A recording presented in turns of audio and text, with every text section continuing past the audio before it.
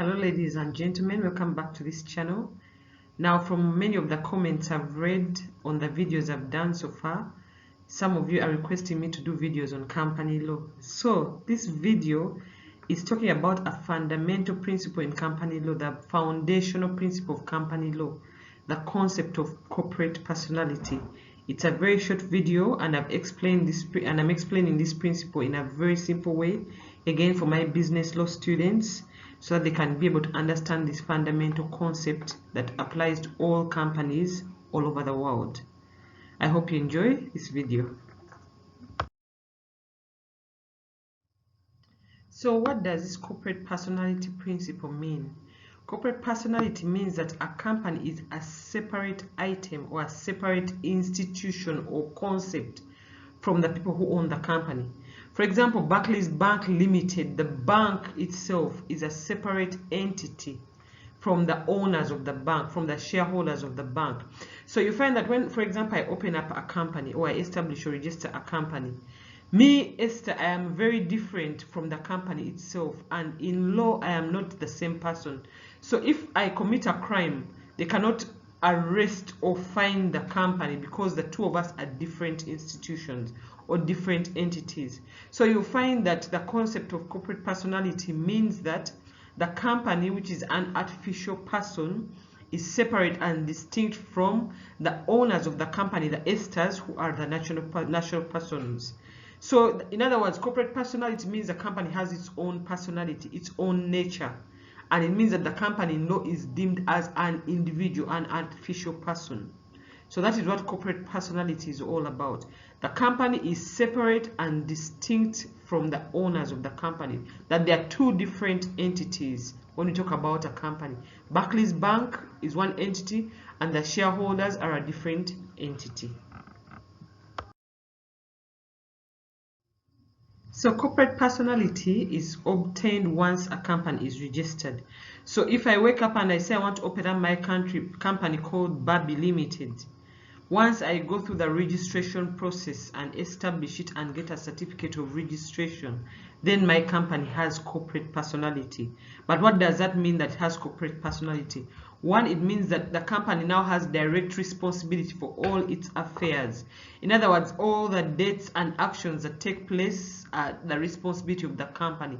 They are no longer the responsibility of the people who are forming the company. It also means that the company can sue and can be sued. That's why you find companies in Uganda that are having or breaking the law, they are sued directly. They don't sue the owners of the company, they come for the company itself.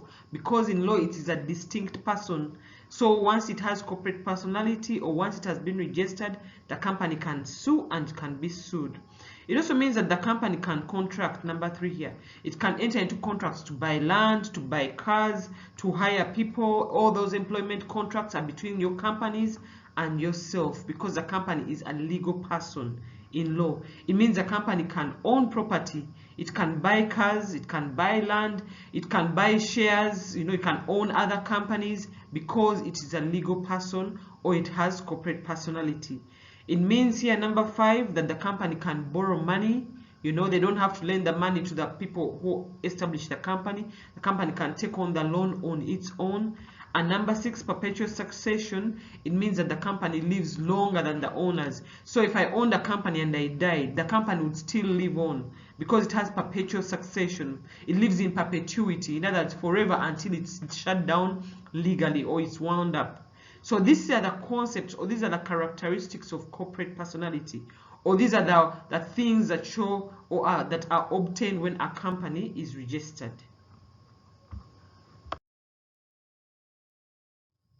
So this principle of corporate personality was established by a case called Salmon versus Salmon. This case of Salmon is the leading case on corporate personality. You do not talk about corporate personality and you don't mention Salmon versus Salmon.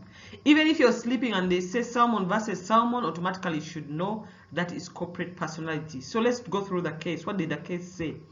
So Salmon he carried on a business as a leather merchant. Okay, in 1892, he converted his business. Originally, he was just doing his business, just hustling.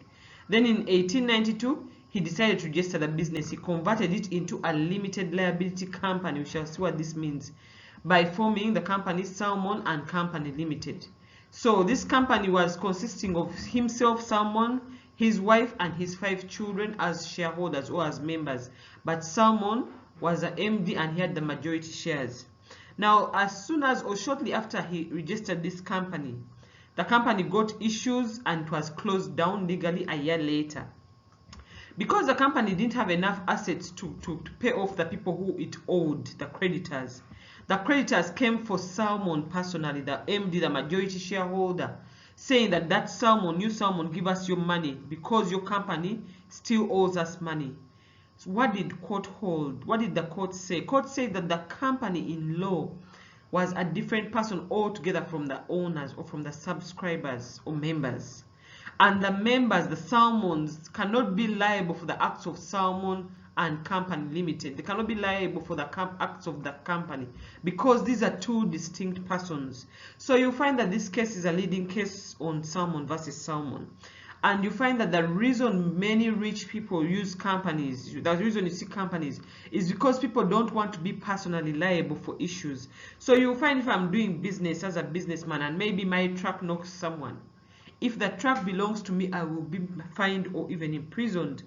If the truck belongs to the company or is registered in the names of the company, because the company is a separate entity from me, the company will be the one to pay the fine, not me personally. They will not come for me personally. So this is a winning point of the concept of corporate personality and the very biggest reason why people do companies, because they are they're protecting themselves from personal responsibility, because they themselves, the owners of the company, are separate and distinct or different from the company itself. So in closing, what am I saying? I'm saying that corporate personality means that a company is a separate person from the owners. 2 different people, 2 distinct personalities. And this corporate personality principle is what differentiates companies from other business organizations. For example, from NGOs, from partnerships, because in a company there are 2 people. The owners are different from the company itself. So it means a company enjoys its own rights, but it also has its own responsibilities that are separate and distinct from those of the owners of the company. And you find this is why most people do companies. That's because they don't want to be personally responsible for any of the challenges that the company or the doing business through the company might face. I hope this has made the concept of corporate personality very simple. Should you have any other issue you want me to talk about, do not hesitate to write it down in the comments. I'll read them and I'll address them. Thank you for watching.